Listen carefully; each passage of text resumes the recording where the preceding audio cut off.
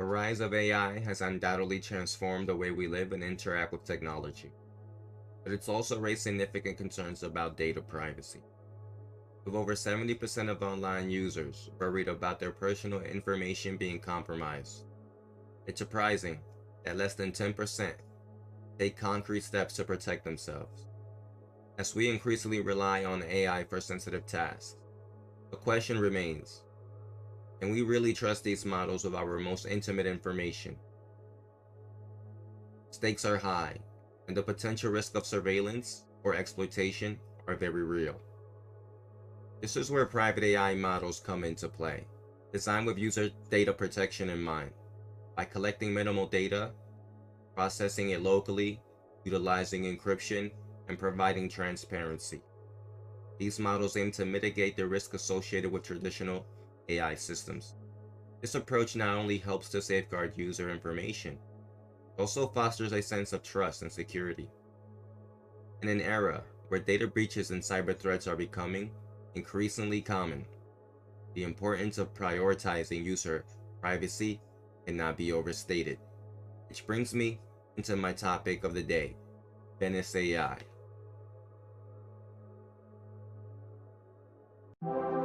Stay ahead in a changing world, protecting your privacy in a public world.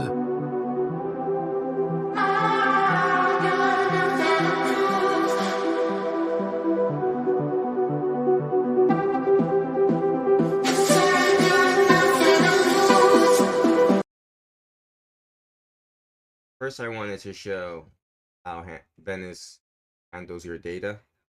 They handle your privacy. All major AI companies collect and store your conversations forever. Venice does not collect or store your conversations. State of privacy in the current AI landscape. For some context, in general, all AI companies store everything they can get their hands on. Their entire business model depends on it. Your prompts, your responses, your personal information, everything is saved, analyzed, shared with ad networks, rogue employees, hackers, governments, etc. Even if the AI companies want to keep this data safe, we believe they do. Data breaches happen all the time and often go unreported. And any letter from a government agency, the data is handed over. So how does Venice handle your privacy? Well, their philosophy is you don't have to protect what you don't have. All your content, all your prompts, your responses, generated images, document uploads are never saved on Venice infrastructure. Instead, they stay encrypted on your local browser. Your conversation history also lives on your local browser. Why chats on one device won't show up on another, even with the same account. Clear your browser data or delete your chat history. And those conversations are gone forever. Venice provides download features for you to save your conversation history.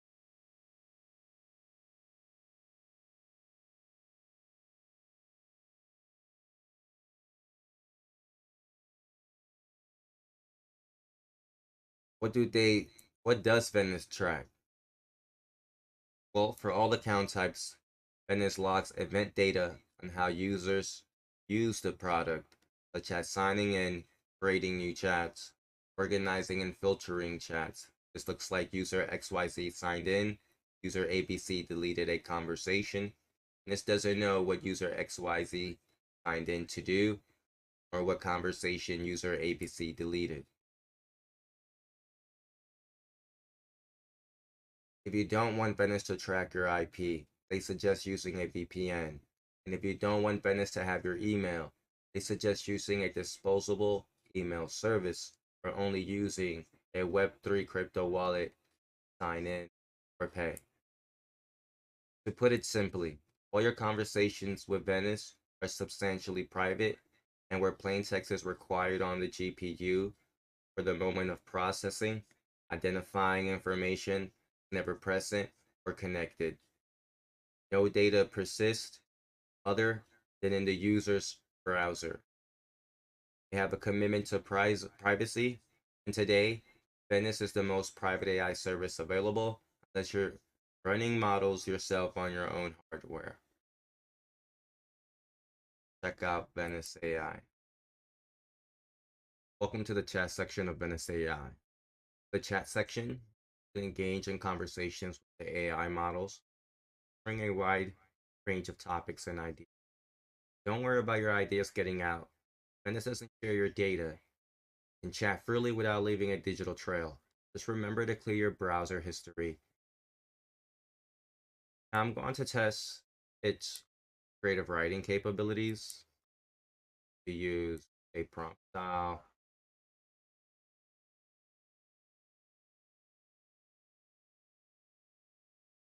role prompting,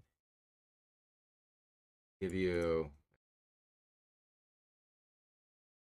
so you give it a role, task, a context, station, style, and an output.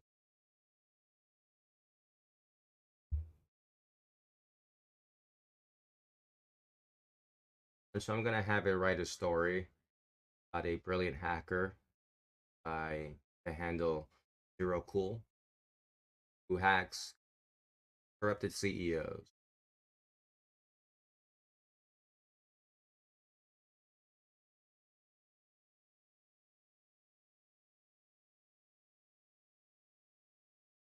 Here's the role.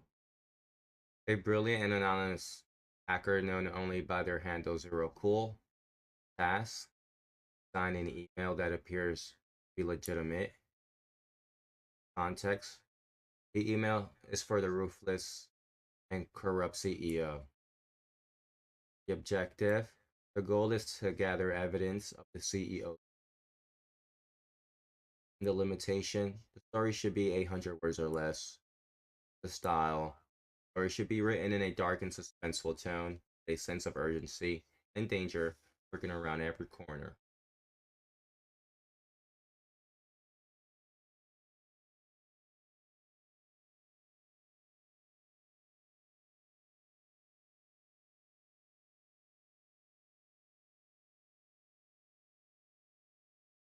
Done. I'll read a little bit of it. I sat in the dimly lit room, eyes fixed on the screen. I crafted the perfect email. My handle, Zero Cool, was synonymous with fear among the corporate elite. I intended to make the CEO my next victim. Subject lines read, urgent, security breach detected. I knew it would pique their interest, make them feel like they were on the verge of being exposed. The email itself was a masterpiece of deception. It claimed that a vulnerability had been discovered in the company's system and that sensitive data was at risk of being compromised. I'll see if I can leave some type of link below so you can read the whole story. Leave some comments below if you thought of its creativity. I think it did pretty good just from reading based on the prompts that I gave it. Now let's check its image generation capabilities.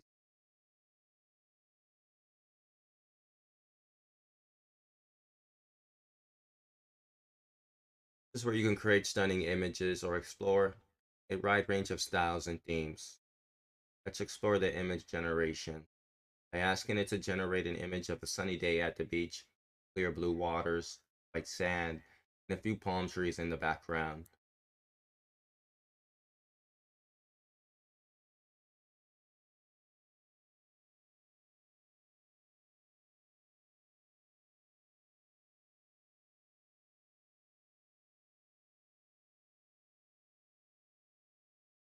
It's done. And here we have a clear blue water, white sand, sunny day at the beach, with palm trees in the background. Now let's try something more abstract, like a combination of geometric shapes, vibrant colors, reminiscent of a kaleidoscope pattern.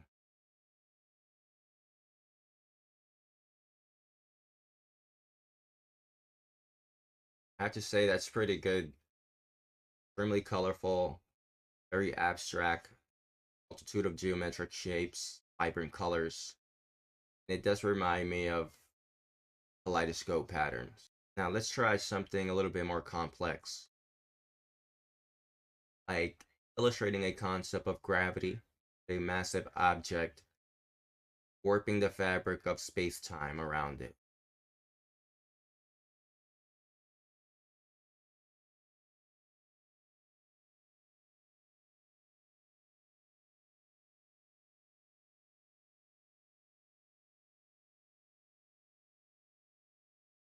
Okay, so the massive object warping the fabric of space-time around it.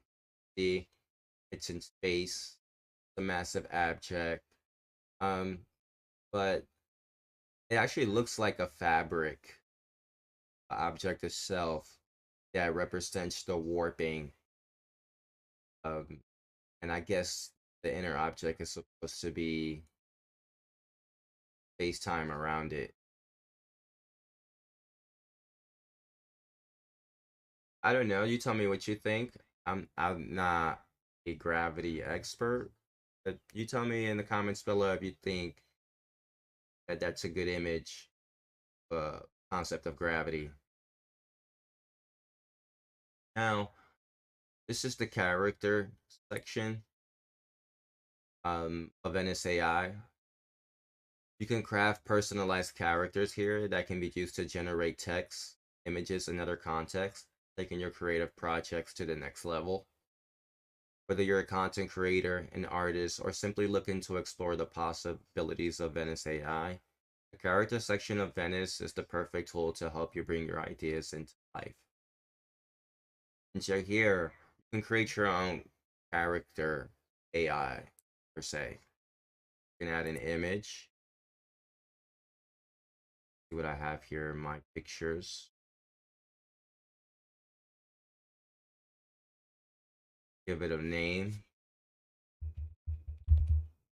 Pretty. Here, provide a simple description of this character. Description is visible on the characters page, but does not affect the behavior.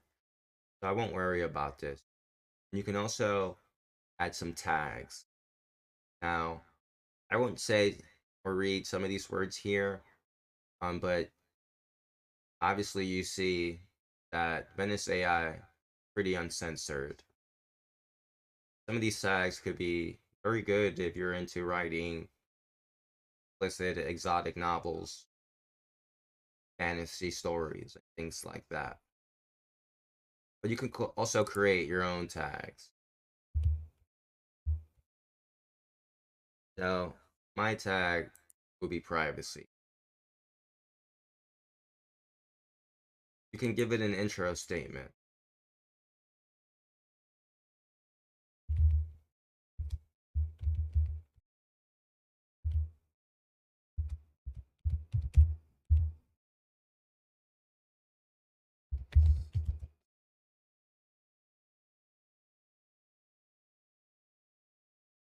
Privacy assistant.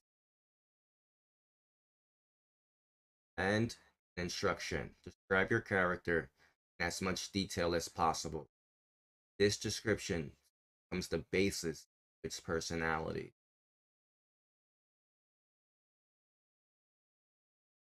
So I'm going to put in a description. It's a bit long, so I won't read the whole thing. But here's an example. Act as a dedicated and experienced privacy assistance expert with the sole purpose of teaching, guiding individuals on how to achieve ultimate online and offline privacy and anonymity. Provide a comprehensive step-by-step and easy-to-follow guide on how to secure both online and offline privacy, including but not limited to best practices for data protection, encryption methods, secure communication tools, anonymous browsing, password management, and physical security measures. Assume the user is an individual with average technical knowledge.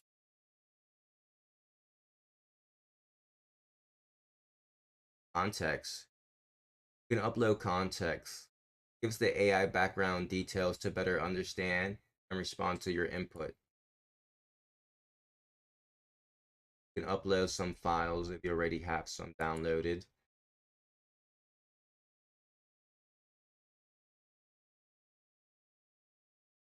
Here I have one called digital privacy.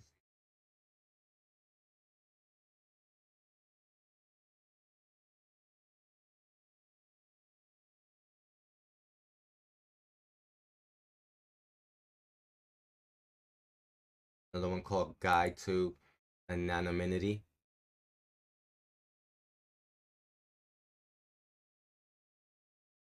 Here we have our settings, temperature, advanced settings. Higher values like 0.8 will make the output more random, while lower values like 0.2 will make it more focused and deterministic.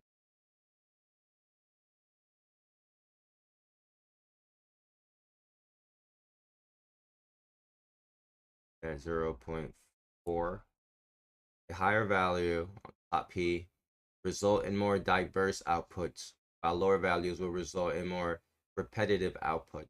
We don't want too much repetitive output. Save. So here's my character Privy,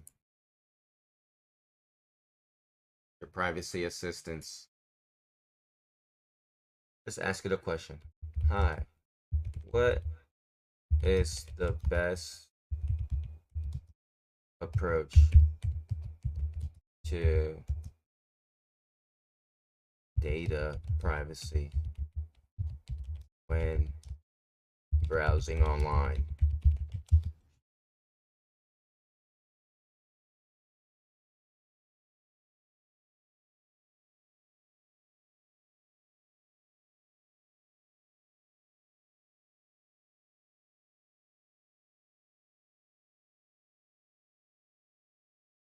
So here's the output. When browsing online, a comprehensive approach to data privacy is crucial. Here's a multi-layered strategy to help you protect your personal information. Use a reputable VPN, virtual private network. VPN encrypts your internet traffic, making it difficult for third parties to intercept and read your data. Enable HTTPS everywhere. Ensure that you're using HTTPS, Hypertext Transfer Protocol, secure, instead of HTTP whenever possible. Use a secure browser, a browser that prioritizes security and privacy, such as Tor browser or Brave browser. These browsers have built-in features like tracker, blocking, fingerprinting, protection, and encryption. Block trackers and cookies. Use browser extensions like uBlock Origin or Ghostery to block third-party trackers and cookies that can collect your personal data. Use a password manager. Be cautious with online forms. Avoid filling out unnecessary online forms, especially those that ask for sensitive information like address or phone. So, and that's an example of the character section in VENICE AI. Be very useful if you want to just focus on a specific task, have data that you can put in and tailor it for your writing or homework or whatever the case may be. So now over here we have all BBB tokens. Now Venice has their own tokens. BBB tokens are like a type of cryptocurrency called Venice tokens.